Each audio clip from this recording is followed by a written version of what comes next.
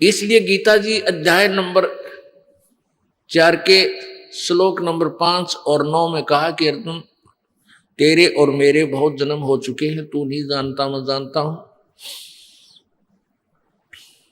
फिर कहता है 9वें श्लोक में कि मेरे जन्म और कर्म अलौकिक हैं। अब कर्म कैसे अलौकिक हैं? श्री कृष्ण में प्रवेश करके महाभारत करवा दी, युद्ध करवाया। ओह, परशुराम का जन्म दिया, परशुराम में प्रवेश करके अक्षत्रियों को मार डाला और पाप परशुराम का रख दिए सारे।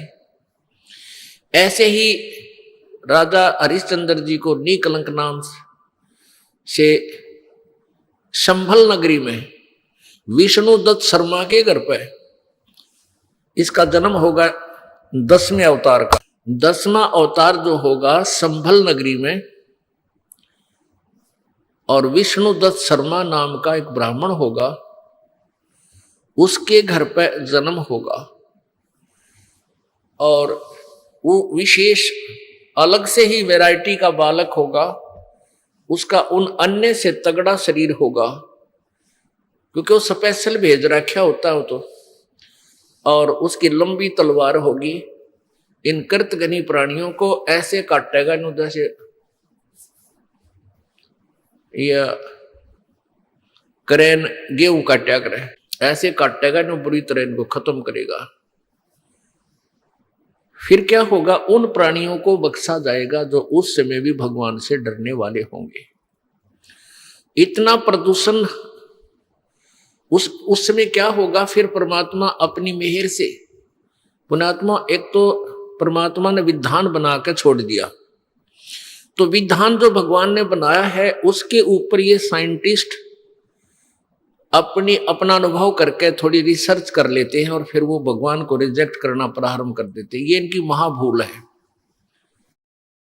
अब पीछे कई वर्षों से रट्टा लगा रखा था कि प्रदूषण इतना बढ़ गया, ग्लेशियन खत्म होगी, बर्फ नहीं पड़ेगी। अरे कई इतनी बर्फ गिर दी बिना गिनती की। वो नो का नो प्रदूषण है, नो का नो सारा सौदा है, डूंडा उठा दिया। तो भगवान की अपनी विट्टो पावर न्यारी है।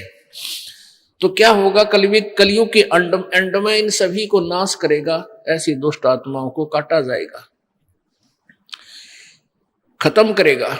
उसके बाद जो पुण्य उस समय थोड़ी बहुत आस्था भगवान की जिनमें होगी वो शेष बचेंगे। फिर बहुत जबरदस्त वर्षा होगी, और वो पहले वर्षा प्रारंभ होगी बहुत ज्यादा। वो व्यक्ति वहां से खिसक जाएंगे, मैदानी स्थान छोड़कर पहाड़ों पर चले जाएंगे। बहुत सैकड़ों फुट पानी पूरी पृथ्वी पर हो जाएगा। और फिर बहुत समय तक ये पानी धीरे धीरे ये जल सूखना शुरू होगा, और जो जमीन का अनउपजाऊ अंश था वो जल के कारण ऊपर आ जाएगा। और फिर धीरे धीरे वो सूखेगा, सारा पानी जल सूख के फिर उसमें जंगल हो जाएगा, पूरी पृथ्वी पर वन हो जाएगा, पेड़ पौधे बहुत ज्यादा उग जाएंगे। और फिर पर्यावरण का परिवर्तन फिर होगा।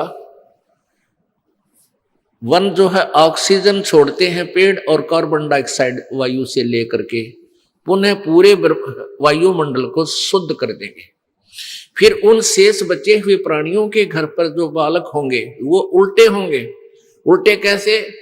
माता पिता तो 2.5 फुट के, और बेटा बेटी हो जाएंगे 4-4, 5-5 फुट के। फिर धीरे धीरे बढ़ना शुरू होगा। तो सतयुग में सैकड़ों फुट हाइट के इंसान हो जाते हैं, सैकड़ों फुट, और लाखों वर्ष की आयु हो जाती, क्योंकि शुद्ध वायु, शुद्ध वातावरण, बीमारी होती नहीं उस समय सतयुग में, बहुत कम।